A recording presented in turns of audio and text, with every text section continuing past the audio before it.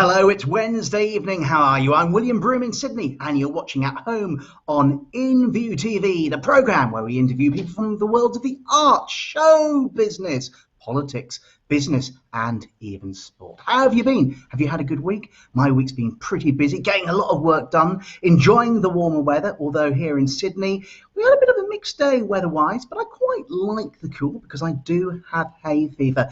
But let's get on with the show. It's great to have your company, and we do appreciate your support. But on tonight's show, we've got an extra special guest, one of my favourite Australian singers and songwriters, and also a runner-up on Australia's Got Talent, Greg Gould. But first, let's find out a little bit more about him.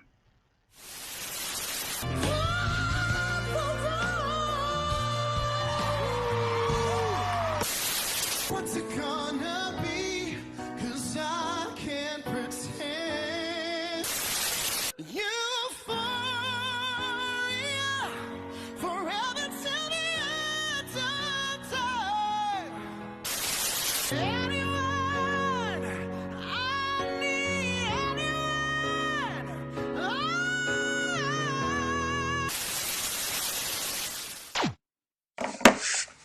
What a voice. What a man. Hello, Greg, joining us from the Central Coast. Greg Gould. How are you? Welcome to At Home. I'm good. Welcome to At Home. And welcome to At Home on InViewTV. It's really good to see you're so perky and you're always so cheerful. Tell us your secret. Cocaine. No, I'm kidding. I don't know. I've always been a positive person, I guess, and I get anxious around any sort of negativity. It's just not who I am. I think that's the case right now. Yeah, and I think that's how I've survived this time, is just to stay positive, and I think that's the biggest thing we can do, is stay positive for yourself and positive around others. It's so crucial. You go on any of the social media and you see so much negativity. You've got to try and focus on that positivity. And you, Greg, have a lot to be positive about. Your 1998 album, not from 1998, but titled 1998, has done really well in the Australian album charts. I believe it's even got to #1. How do you feel? It debuted at #1, and it's also done really well in the UK as well, which is what I'm most excited about. Whilst I love my Australian country, it's amazing to have any sort of success overseas. And aren't you from the UK? Long way back. Yes, I am a Londoner. Apples and pears, and banana, all that kind of thing. You're the reason it went to number 7 over there, Darla. I hold you fully responsible for getting the UK people behind it. Because it takes a lot for an Australian to crack a market like the UK. How do you think you've done so well? Because you've been really well received, haven't you? Well, I think the success of Don't Let Go in 2017, that video, I had a lot of international followers from that. And I think that's what it is. When I look at the stats on both Spotify and on Facebook, most of my followers and most of my listeners, the majority is the UK. The #1 country is the UK. Second is actually the United States, and third is Sydney, Australia. So when we're allowed to cross the borders, I definitely see myself forging an international presence. I really hope so, because as I say, you are one of my favourite singers and songwriters, and also one of our favourite guests here on At Home and InViewTV. Now, yeah, am I the first one to come back twice? You are. Welcome back. It's because I had to come back and see you on your own, doll. And I couldn't believe you the first time round. You were so good. I had to get you back to know it was real. Now, 1998, your album. Tell us why it's got that title. I toyed with the idea in 2017 to release it in 2018 as a 20th anniversary of some of those songs. So all those songs obviously from that year in music. So it was meant to be released as a 20th anniversary of all those songs. But unfortunately, halfway through making the album, I lost my stepmom to stage 4 lung cancer. So everything got put on hold, and then I released it again in 2020. So I jumped back in the studio in 2019 after we had our time with our family to grieve that horrible experience. And now I'm dedicating the album to my stepmom, and all the money raised goes to the Olivia Newton-John Cancer and Wellness Centre. Now, Olivia Newton-John, she sent you a message. Tell us more. Tell us more. Well, firstly, I was just chuffed that Sandy knew my name. But yeah, it was just one of those things I'll always pinch myself that I got a message from the Queen, Olivia Newton-John, and from as an Australian artist, she's one of our biggest exports. So it's a real she's a real inspiration to me as an artist, on the international scale, but also as someone that's been through something similar to, like, several times now. She's been through cancer, which is what my stepmom sadly lost her battle with. Now, it's a duets album. Tell us why you decided to make a duets album. It wasn't initially. It was just going to be me after the success of doing the "Don't Let Go," which was a '90s song done as a ballad, a stripped back version. I thought, you know what, maybe there's something here. Let's explore that further. Let's do a '90s album. Then I decided to do just 1 year of music. So I started to put the songs together, and I thought, who would like to collaborate on this album? I put a bunch of feelers out there, and everyone, most of the people I wanted, came back and said yes. And all of a sudden, I had, out of 14 tracks, I had 10 people was duets. So I thought, you know what? Why don't I turn this into a duets album? So it wasn't meant to be one, but because I had so many collaborations already, I thought, I might as well make it one. Now, some of the names on the album include Rhonda Birchmore, Damien Leaf, and Cosima DeVito. Who are your favourite people to work with? You're not allowed to have favorites. Look, I do have favorites. I absolutely adore Cosima. They're all, look, I was honored to work with everyone on my album. There's some incredible artists on there. I loved working with Lynn and seeing how much enjoyment that she gets out of singing. It was obviously you were extra on Home and Away, so you'd know all about Lynn. Lynn was great to work with on both levels as an actor in one of the videos, and as a not, her singing is not her first talent, but to see how much enjoyment she gets out of music, it really inspired me as an artist to see, she absolutely loved that experience, and that was special for me. But Cosima would probably be my favorite vocalist that I worked with, because she's just a great singer. She came in the studio, she did one take, and she pretty much, what you hear on the record was pretty much just that one take. She's that good. And I remember her saying, should I do it again? I'm like, do you need to? Like, she was phenomenal. Now, getting back to Lynn McGranger, one of my favourite actors from Home and Away, and any Australian drama for that matter, how did you get in touch with her to work with her? I mean, how did that come about? Were you previously friends? So I met her, I think, in 2018. After doing All Together Now, they asked me to do the Perth Telethon. And she was also doing the Perth Telethon. I think she's done the Perth Telethon consecutively for many, many years. And I met her at the bar, at the actual like, I say bar, it's at the catering bar, but it was where the wine was. And we got talking over how crap the wine was. Like at these sort of events, the food and wine, it's hit and miss, but this was particularly bad. So we both were like, so the fact that we both hated the wine started a friendship. We just laughed and we got along, and obviously I knew who she was, and I was a little bit starstruck at first. But yeah, the next morning we had breakfast at the hotel together and got talking, and we just got along really well. And I told her I was doing this project, and she told me, I didn't know she could sing. A lot of people are surprised to hear that she sings. And she said, oh yeah, I'd done one musical. Or a couple of musicals. She did Legally Blonde. And I said, oh, I didn't know. And then she said, we should do it. She actually suggested it. She said, we should do a duet together. I said, I'd love to. So that's how that happened. How amazing. I've got to say, I used to be an extra, a background actor, as we posh people say, on Home and Away back in 2007, 2008. And I have to say, I will say it, Lynn McGranger was arguably the friendliest, most genuine person I worked with. She'd go, how are you going, darling? That was the worst Australian accent I've ever heard. Fair Lincoln. Fair Lincoln. G'day, mate. She is what she is. She is exactly the person. I mean, obviously she's playing a character, Irene Roberts, on Home and Away, but the charm of Irene is from Lynn. That warmth that she has. The reason why she's been on television for 27 years in the same role, the longest standing female on Australian television history is because of this, her heart.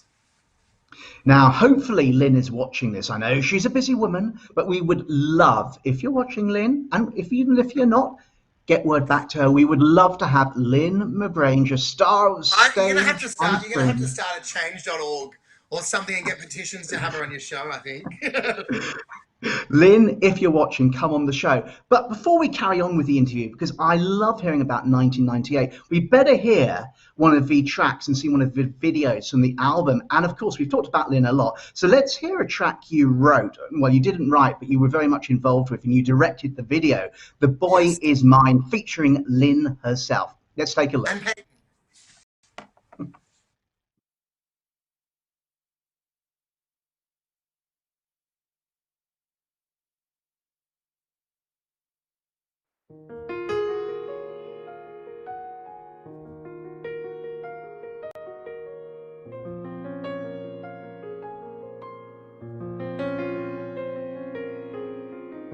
Think it's time I got this straight. Sit and talk face to face. There is no way you could mistake. And for your man, are you insane? You see, I know that you may be just a bit jealous of me, 'cause you're blind if you can't see that his love is holding me. You see, I tried to hesitate. I didn't want to say what he told me. He said without me you couldn't make it through the day, and that a shame. Well, maybe you misunderstood, 'cause I can't see how he could wanna change something that's so good. All of my love is all it took. You need to give it up. I've had about enough. It's not hard to see the boy is mine. I'm sorry that you seem to be confused. He belongs to me. The boy is mine. He's mine. He's mine. Must you do the things you do? Keep on acting like a fool. You need to know it's me, not you. And if you didn't know it, boy, it's true. I think that you should realize and try to understand why he's a part of my life. I know it's killing you inside. You can say what you wanna say. What we have you can't take. From the truth you can't escape. I can tell the real from the fake. When will you get that picture? You're his past, I'm the future. Get away, it's my time to shine. If you didn't know, the boy is mine. Had about enough. It's not hard to see. Boy, the boy is mine. I'm sorry that you seem to be confused. He belongs to me. The boy is mine. The boy is mine. He's mine, he's mine, he's mine, he's mine.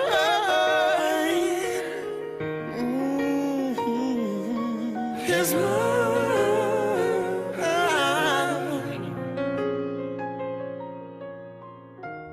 You can't destroy this love I found. Just silly games I won't allow. The boy is mine without a doubt.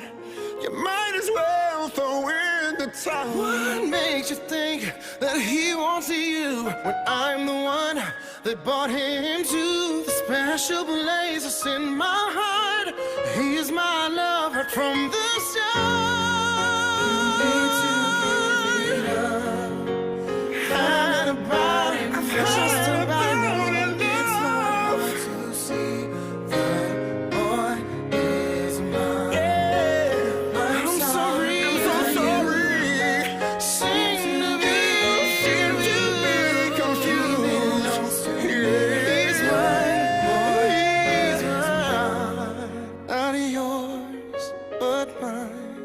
not yours, but mine, not yours, but mine.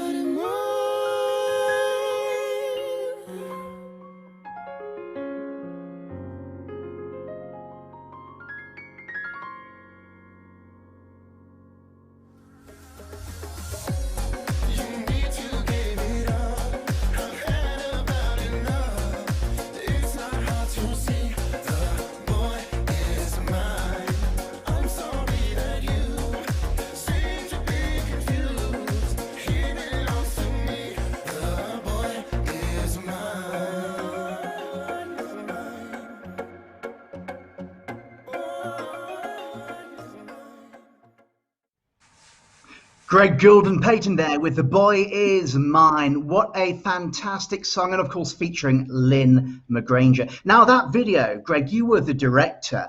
How did you come up with the idea for the video? And shout out to the young boy who played that bullied school kid. His name's Xander Dark. Incredible young actor. Actually is the son of one of the other singers on my album, Jackie Dark.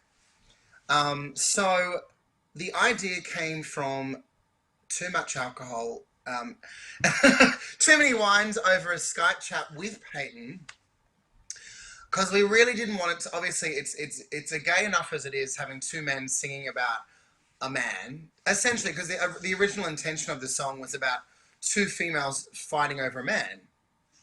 So we didn't want it to be that, because that's so obvious for two gay men to be singing about a man. It's kind of like, let's do the gay version of The Boy Is Mine. That's not what it's a great song. We've done a beautiful, stripped back, heartfelt version. We wanted to find a deeper meaning to it. So we went away, we had a think, and we had some wines, and we just started talking about our childhoods. And both Peyton and I had suffered severe bullying, which is quite common for male artists, especially growing up at that time where they didn't have things like Idol and The Voice to be cool. It wasn't cool to be a singer if you were a boy. It wasn't. It was like dancing for a boy. You must be a girl. It wasn't even the gay thing back then. I wasn't picked on that I was going to be gay. I was picked on to be a girl.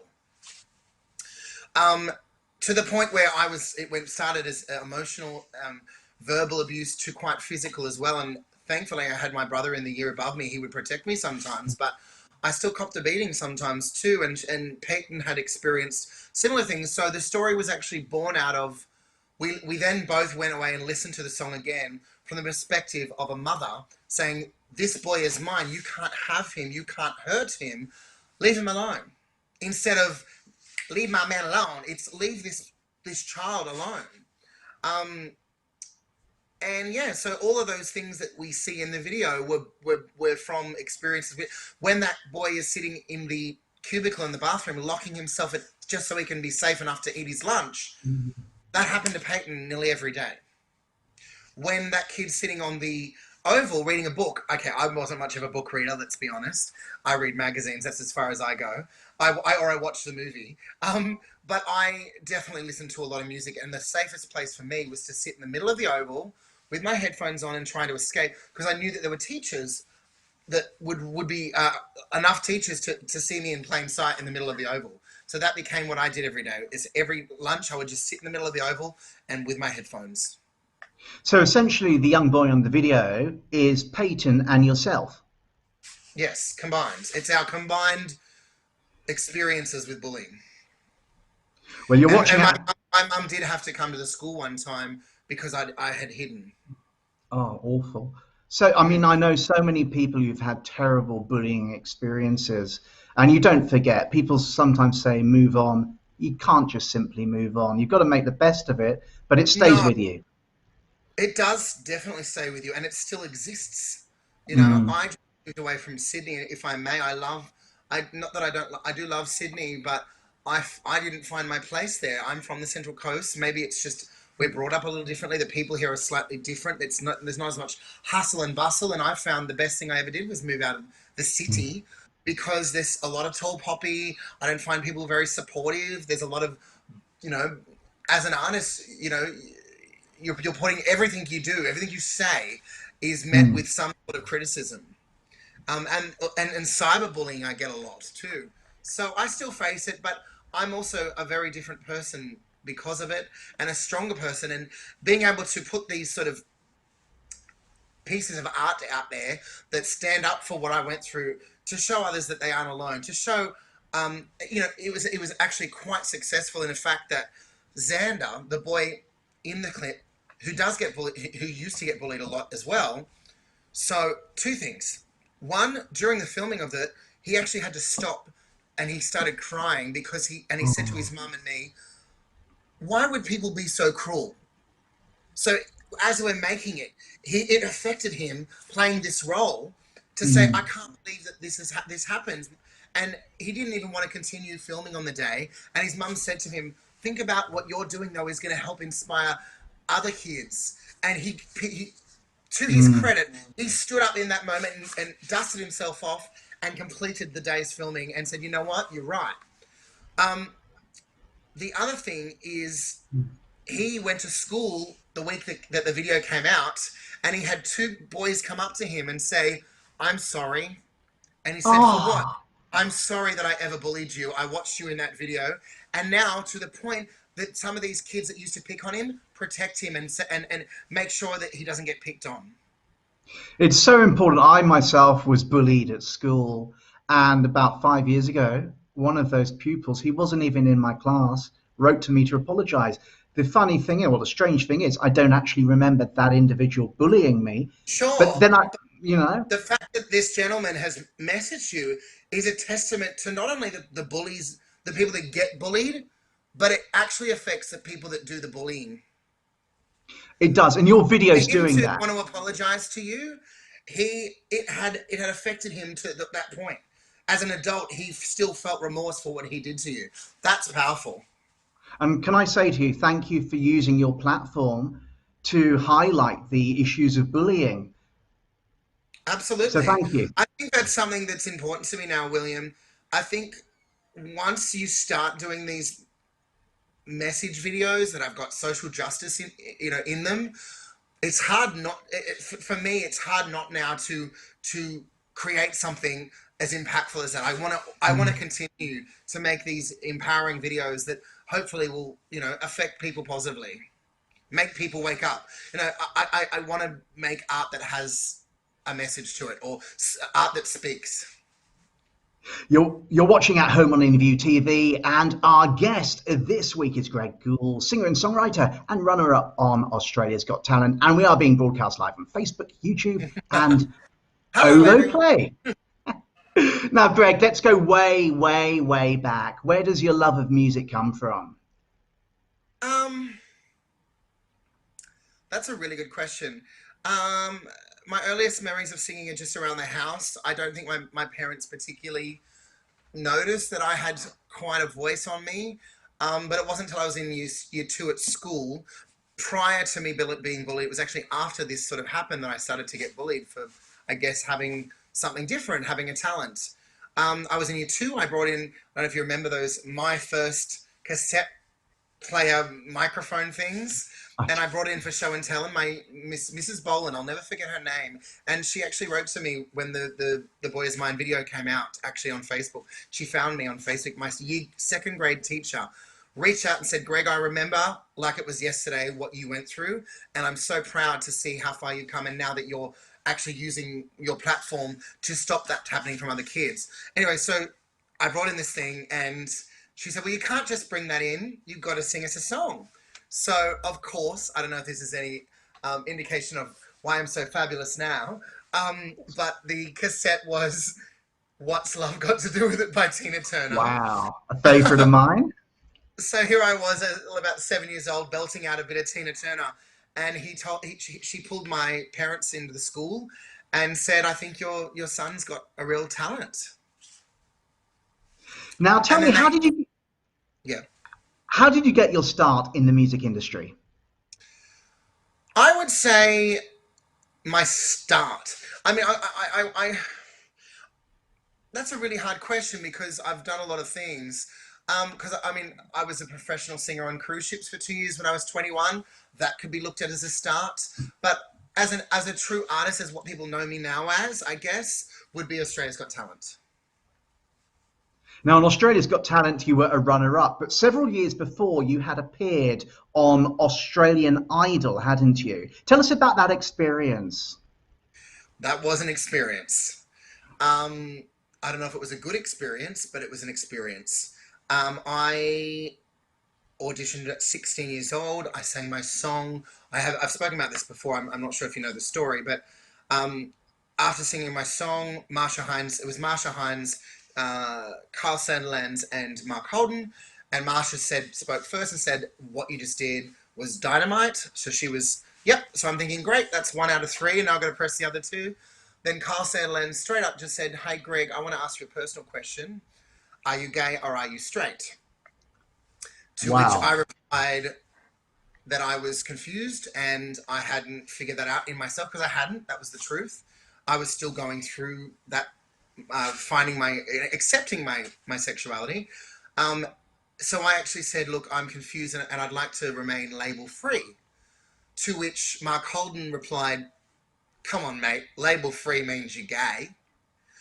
And anyway, I got through it, which is horrible. And Horrible. looking back now, for him to want to label someone that said that they didn't want to be labeled, and even it's like they were looking for a TV moment. Because before I actually walked in, because before you go to see the judges, you have to have several rounds prior with the producers and stuff to see if they don't just get everyone to perform for the judges. And before I walked into the judges, the executive producer came up to me and said, "Don't be too gay." And at the time, I was like, what? Mm. Anyway, it threw me, made me more nervous. After I got through, so I ended up getting 3 yeses anyway. Walked back down through the long hall of shame that they have, or fame, whatever you want to call it. And I had not come out to my parents yet, but they shoved a camera in my mother's face. Even though I didn't come out, I said I want to be label free. They shoved a camera in my mum's face and said, "How does it feel that your son's come out on national television?" And my Mm. mum, I think she she says that she had an idea that she thought I might be gay. Um, but anyway, the credit to my mother, she replied to them, "No matter what my son is, I love him, and that's all that matters." That's But absolutely beautiful. Mm. it's beautiful of my mum, but it was, looking back, it's pretty atrocious, and I don't think they would do that in today's world. Um, It's yeah, appalling to try and out somebody like that, and particularly yeah, somebody as especially young. given my age. Given my Mm. age, if we're adults and you want to talk about it, that's an adult thing to talk about. It's not appropriate to ask a teenager, I don't think, in such a thing, especially when it's got nothing to do with me as an Mm. artist. Um, it's got nothing to do with a singing competition. But obviously, you know, I'm not surprised that they asked that, and it's a sign of the times, I guess. I don't think they would do that now because No. we're in a different. It's 2003 versus 2020. It would be absolutely appalling if they did. Have you met Kyle or Mark Holden since, Carl Sanderlands, and talked about it with them? I have not met Mark Holden since. I don't. I think he killed his career on Dancing with the Stars. Um, I have met Karma. Marsha. I have met Marsha Hines since. Obviously, she was very supportive, and she said she remembered me, but I don't know. She met a lot of people back in the day on those things, but she was very positive. We actually we both did a gig together for a charity ball, and she was absolutely lovely. And what a singer! Still so incredible after all these years. Carl Sandilands was one of the judges on Australia's Got Talent when I did He that when I was. was 25, and he wasn't. My issue was not with Carl Sandilands. He was wonderful. He probably shouldn't have asked that question, but that is also who he is. Mm. He is the person that asks the inappropriate questions, I guess. But he was also respectful. He didn't. Once I said I wanted to remain label free, he accepted that and moved on. It was Mark that I had the issue with, and then putting the cameras in my mum's face like they did. Now, if you could meet Mark today, what would you say to him? Um, I think he said it. He says it himself that he's a wanker. So Yeah. he's the first person to put his hand up and say I'm a wanker. So I'd Mm. probably just reiterate that and say, "Yep, you're a wanker." No, I don't think I'd talk to him. I don't. I just have. I've no interest in. He doesn't affect me. Obviously, at the time Mm. it did, but it's not like I hold any grudge towards him. It was what it was. Now, as a result, you took 4 years off from the music industry. You had a break, and then you came back. What brought you back? So obviously that was part of why I kind of said to myself, if this is what being an artist or breaking into the industry right now is, I need to go and figure out who I am as a person and sort myself out first. So I needed to take some time to grow up a bit and, deal with my sexuality and become the fabulous person that I am. But getting back into it, I was 21 and they advertised in the local paper a production of The Boy from Oz, just an amateur production. And that was my first time back on stage. And it was a great experience because I was around people that were creative and I made a lot of friends in that show. And it was actually, there was a talent scout on one of the performances that saw me, that put me on cruise ships. So it was very fast going back into it because, from not singing to 4 years for doing a local production of Boy from Oz, then going straight onto cruise ships, internationally. Yeah, and then I did that for 2 years. And after 2 years of being on cruise ships, I think I'd give my sea legs the max I could. And I was almost 25 then. So I said, if I'm going to make it if I want to be a real artist, it's time to go home on land. And that was in December of 2012. I auditioned for Australia's Got Talent in March 2013. Now, what was your experience like on Australia's Got Talent? Because you were a runner-up, weren't you? Congratulations. Thank you. Completely different. Funnily enough, the same producer that told me not to be too gay when I was 16 was the producer of Australia's Got Talent. Crazy, right? Completely different time. I was a man. I was not a child.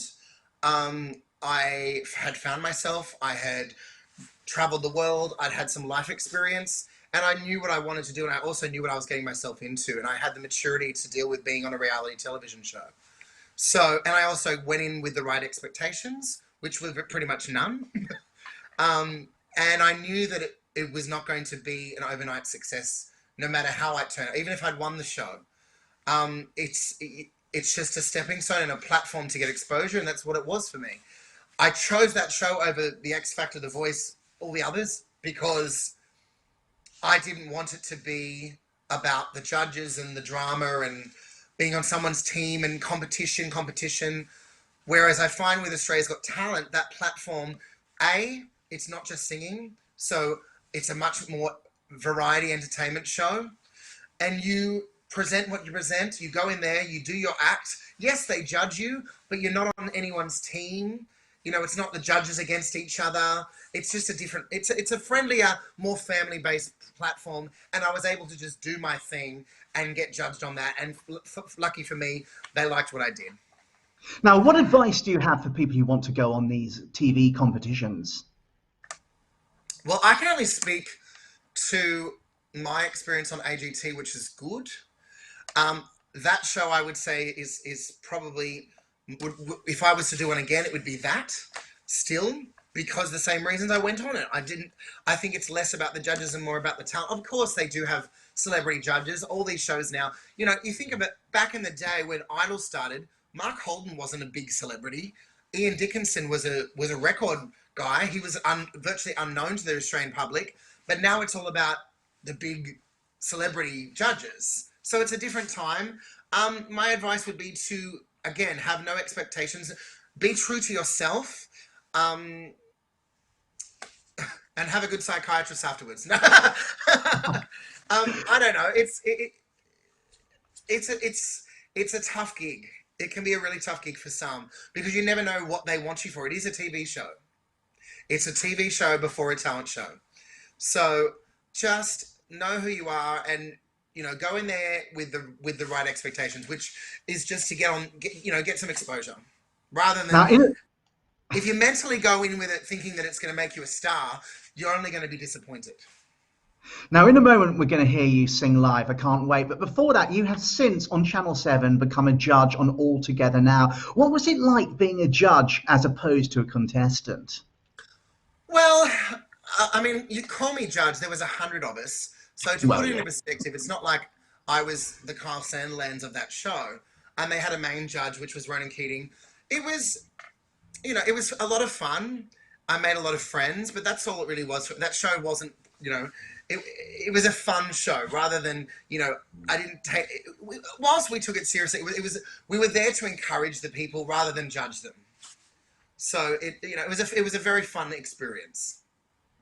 Now, Greg, you're going to perform for us live. What are you going to sing for us? Well, because we couldn't get gorgeous Lynn, I thought, why not sing our duet as a solo, which is Buses and Trains. Go for it.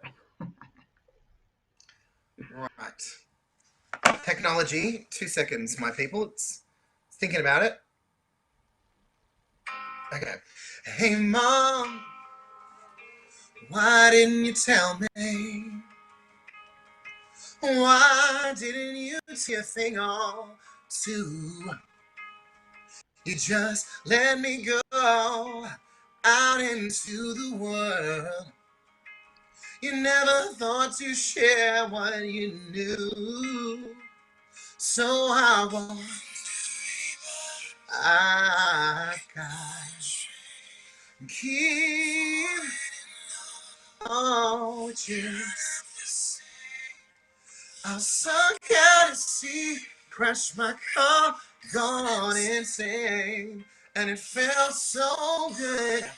I wanna do it again.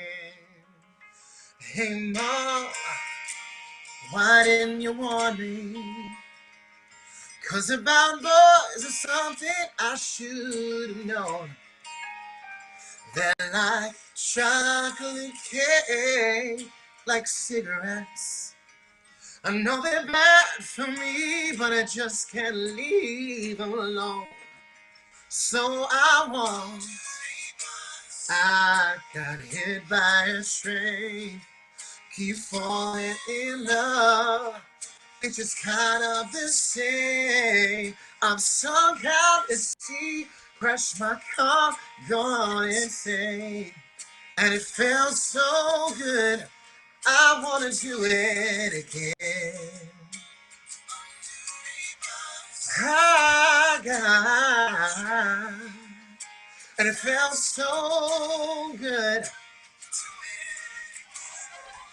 I wanna do it again.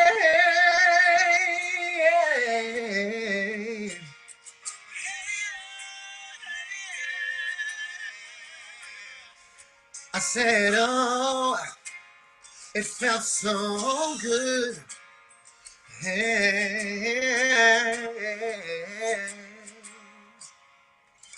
Hey, Mom, since we're talking, what was it like when you were young?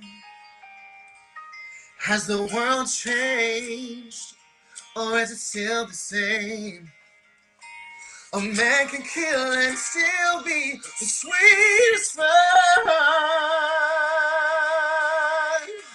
I got hit by a train, keep falling in love, which is kind of the same.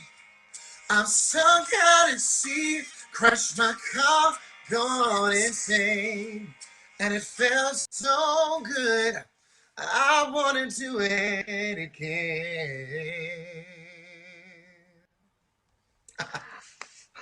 We And the love crowd goes that. wild.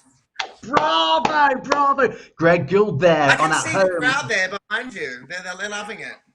Isn't it amazing? Greg Gould on At Home on InViewTV here with Buses and Trains right here on Ovo Play, Facebook, and of course YouTube. Greg, COVID, how have you been coping? Look, I think we've reached that point now where we've kind of accepted the whole thing. It was all a bit unknown, but we're sort of we've been in this now long enough to understand some of it. Some of it, not all of it. It's still nerve-wracking. It's still the uncertainty, the unknown. But we're sort of we've I feel like we've all sort of, most of us anyway, have found ways to cope with the new. And I hate using the term new normal because I don't see the future as this forever. This won't be forever. But I've got creative at this time. There've been a lot of changes for me and for all of us. But I'm very grateful, to be honest. You know, I'm grateful to not be in Melbourne. I send all the love out there to my beautiful friends and family in Melbourne. Um, and, you know, I'm happy to be safe and my family is safe. Um, it's a really tough time. Greg, you've been a hairdresser for 15 years. How have you dealt with doing that during COVID? Because, of course, a lot of people have been very reluctant to go to the hairdresser. Well, I think because I mean, I just work from home now. I guess I've just got my clients that I've always done, and you know, most of them I haven't seen any changes to that. Um, I make sure I sanitize. I wear masks where I need to. You know, I look up. I spray down my surfaces all the time. I do my best. I do my best to make it safe, and I think because it is my home and it's not a public place, perhaps people feel a little bit safer. Of course, and it's more personal as well. And I'm sure you get a few fans coming up to see you on the Yeah, and Central I can Coast. have a wine as I do it.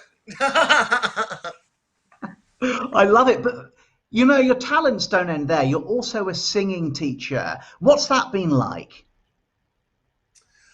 I've done that on again, off again, depending on when I'm touring or whether I've got shows. But obviously, at the moment, I'm talking to you and I'm not out there gigging. But I've at first I was nervous to go into that sort of. I never saw myself as a teacher, even though I'd studied a lot and I've got a lot of qualifications to do that. It's never where I saw myself. But again, like all careers in the arts, it can be quite unstable with money. You know, it's not. It's some months are better than others. But I wanted to find a way to, if I didn't want to be in a salon, some way to still be doing things to do with music and staying in that creative space. So I stopped hairdressing for a few years, and this is back when I lived on the coast before I moved to Sydney. I had a school up here, and I had about 40 students a week. And at first, it was nerve-wracking to get them in the mojo of teaching, but I was surprised how much I connected with the students and what I could bring out in them. And I found the gift that I had for it. And I feel like I do have that gift to be able to, you know, help build people's confidence. And that's what it is really is it's a confidence thing as much as it is a technique thing. It's, you know, trying to get them to come out of their shell and relax about singing, because that's what, you know, causes you to maybe have performance anxieties, or, you know, a lot of people are scared to sing in front of other people. It's a very personal thing for a lot of people. And, you know, I'm able to tap into some of those things, and I'm proud of what I've seen in some of the students I've had and how far they've come. Even people that would say I'm tone deaf and probably were pretty terrible, I've seen improvements in every single one of my students. I think that's what it is. It's about sharing your experience and knowledge with students and inspiring them too. I mean, is that Yeah, very rewarding for you? absolutely. Absolutely. Um, Obviously, I'm an artist first, but to help other artists is kind of like my give back. If I can help, even if it's not just, you know, I've taught people like Fletcher Pillen who went on to win Australia's Got Talent. So there's that side of it of real artists that have real potential to be an artist. But some of my favorite students aren't the the ones with the most potential. Some of them are just the ones that love to come every week and love singing, and to be able to see them improve and apply themselves with no plans to be a singer, but just for the enjoyment of what actual singing is. And I know that you love to sing yourself. I do. Well, You sometimes. do, I'm more a and you've got a karaoke. nice voice. Oh, thank you. I'm a bit of a karaoke singer, but one day I will do a performance. But you can Now, relate to me when I say that singing is not necessarily about being on stage and being an artist. It can be just the enjoyment of singing. I love it. For me, it's stress release. It's an escape. It's fun with friends, and it's wonderful to have an audience. It does wonders for the ego. Now, Greg, what advice would you give new and upcoming singers and songwriters? Again, get a good therapist. I think I need one.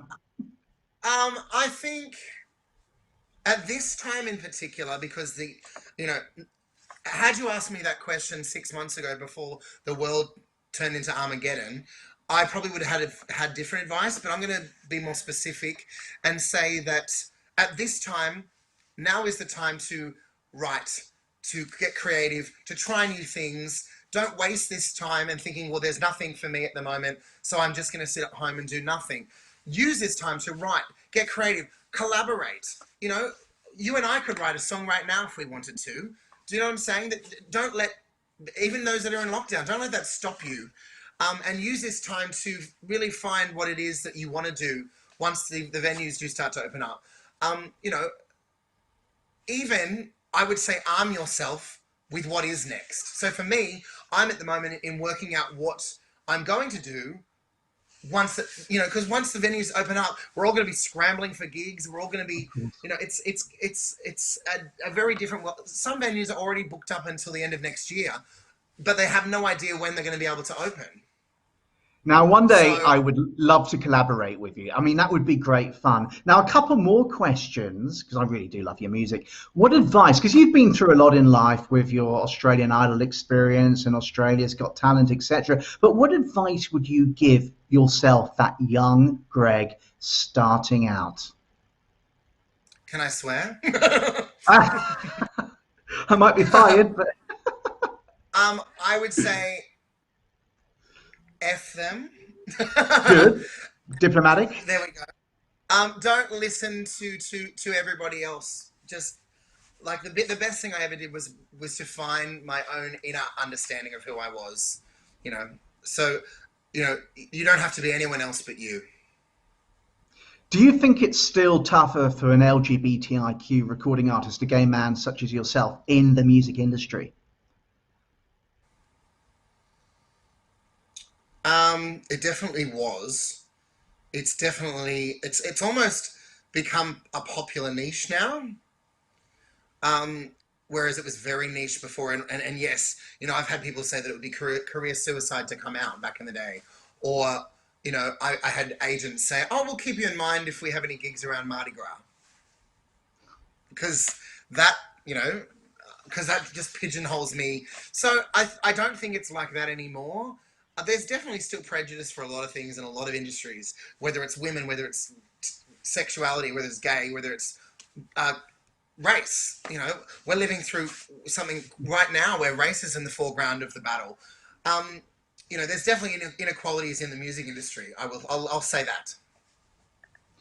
Now, Greg, you've performed in places as diverse as Hamburg, New York, and also Sydney Mardi Gras, the after party. What's been your favourite performance to date, do you reckon?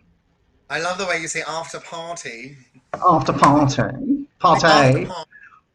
So what was the question? Because I got stuck on your beautiful So accent. you performed in places such as Hamburg Pride in New Yep. York, in Yes. terms as well Sydney Gay and Lesbian Mardi Gras after party. I got What's that. been your? Yeah. I think the whole audience did. Where's been your favourite place to perform? My favorite performance was definitely Hamburg Pride. To sing a song that I wrote and was chosen as the anthem to 100,000 people, and it was incredible. But I think that would be closely followed by doing the shows with Maxine Jones from On Vogue when I toured with her. That was pretty special. And of course, you were very much involved with Sydney Pride Festival, Sydney Pride Month, weren't you? Tell us just a Yeah, little bit about that. very honoured to. So they reached out to me for Sydney Pride this year, and then put me forward for Global Pride, and we were accepted. So my duet with Anaya Day, the fabulous Anaya Day, house music legend, was chosen as the theme for Sydney Pride 2020, and then because of that was part of the Global Pride broadcast, which was an absolute honour. Well, congratulations. Now, two more questions. We'll be wrapping up very soon, but I feel we got to know you really well. We're hearing all about your life. What does the future hold for Greg Gould?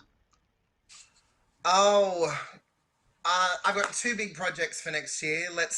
So we all have to behave and, you know, wear our masks, and hopefully we can just move this year's stuff to next year's. You know, forget about 2020 and move on to 2021. And you know, I think there was a lot of things I didn't get to do with this album because of COVID. Not that I'm complaining. I'm very happy with the success that I've had during this time, but I want to do more with it for next year. So I've got a project that I'm going to reset the album a little bit with. I'll just tell you. So I'm working on a deluxe version of the album. I haven't announced that on Yay! any show yet, so there you go. There's the exclusive. So I'm working on a Exclusive. deluxe with a second disc. I won't tell you what that disc is yet, but I'm working on a way to reset the project because in April it'll be a year, and that's really where the venues are hopefully going to start to thrive again. So I'm just going to refresh the project for a 2021 release, so I can tour, do it, and do all the things that I set out to do with this album, and then I'll have an original album ready for November next year. Greg, how can we find out? My Well, first best original of album. luck. It's very, very exciting. Can't wait to hear it. And I'll be getting a copy. And of course, we'll be promoting it here on At Home on InViewTV. Now, tell us, how can we find out more about you and your work? I always say the easiest one, because all of my social media is linked on there, would be greggould.com.au. But my handle on everything is just at Greg Gould Music. Greg, it's been absolutely amazing talking to you. It's been a pleasure. It's been a joy. You are one of my favorite guests. Thank you so much. No, thank you so much. And we've got to talk to you again soon. And hopefully I'll catch up with you in person. Best of luck with everything. And thank you for joining us here on At Home on InViewTV. Thank you to Bruce as well. Thank you, guys. Thanks, Greg. Talk soon. Great chatting. InViewTV. Well, he even gave us a shout out on InViewTV. That's Greg Gould, singer, songwriter, and of course, runner-up on Australia's Got Talent, joining us from the Central Coast. It's been great having your company. I want to thank our executive producer, Bruce Mott, who's in North Sydney. He's been doing all the dials and making this show happen. And of course, most of all, I want to thank you, the viewer, for your support and being there with us. We hope you've enjoyed the show. We love your company. Please join us again next time here on At Home on InViewTV on Ovo Play, Facebook, and YouTube. I've been William Brougham in Sydney. Have a great week and an even more fantabulosa weekend. Talk soon. Bye-bye.